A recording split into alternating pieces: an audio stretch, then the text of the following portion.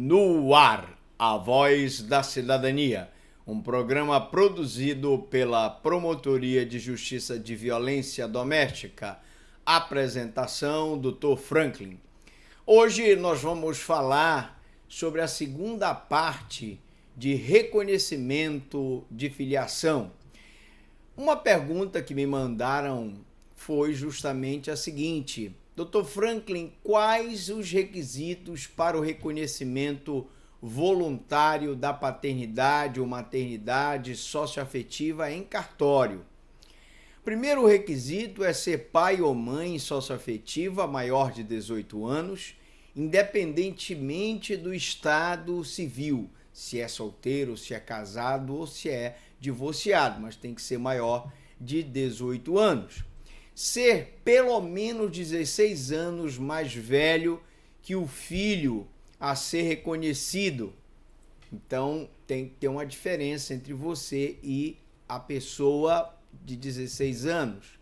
Não ser irmão ou ascendente, avô, avó, bisavó, etc., do filho cuja socioafetividade quer reconhecer. Deve haver a demonstração social da filiação socioafetiva por meio de documentos. Você vai ter que provar que você vive uma relação de socioafetividade, provando com fotografias, testemunhos. Quanto o filho indicado, este deverá ter acima de 12 anos de idade e manifestar a sua concordância, sim, com seus pais biológicos.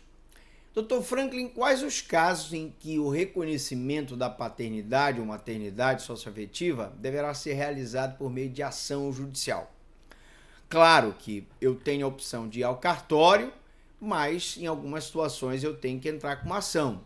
E esse reconhecimento deverá sempre ser feito por meio judicial, quando o indicado filho socioafetivo possuir até 12 anos de idade, ou mesmo maior de 12 anos, no caso da ausência ou discordância dos pais biológicos. Basicamente, se essa criança tiver menos de 12 anos de idade, nós vamos ter a necessidade da ação judicial.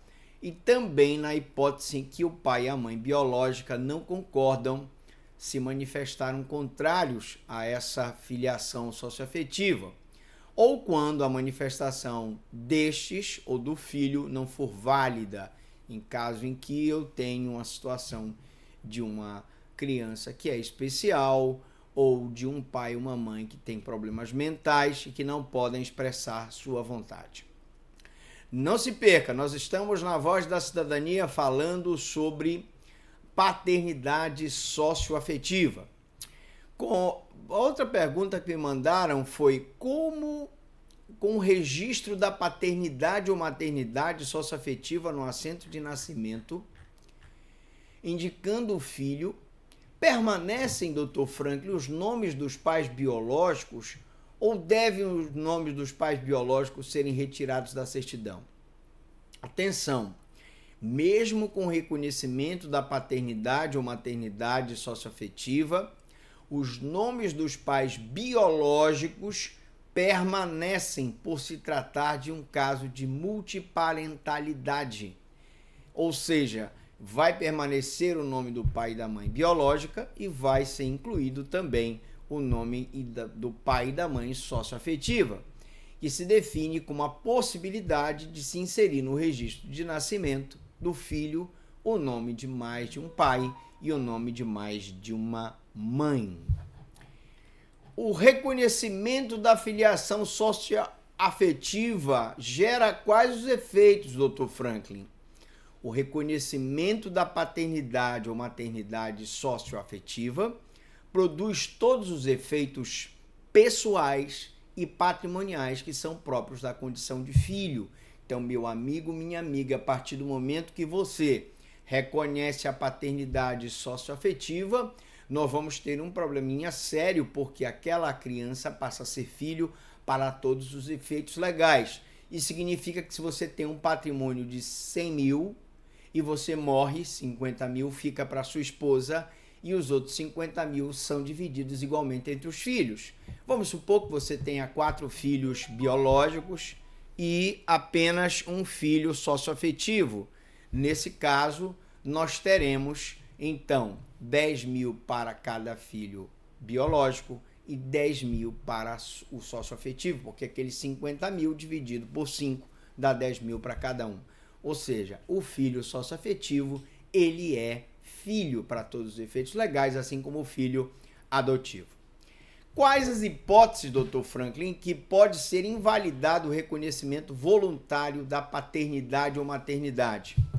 Nos casos de defeitos graves de ato de reconhecimento, vício de vontade, fraude ou simulação, mas essa desconstituição da paternidade ou maternidade socioafetiva somente ocorrerá por via judicial.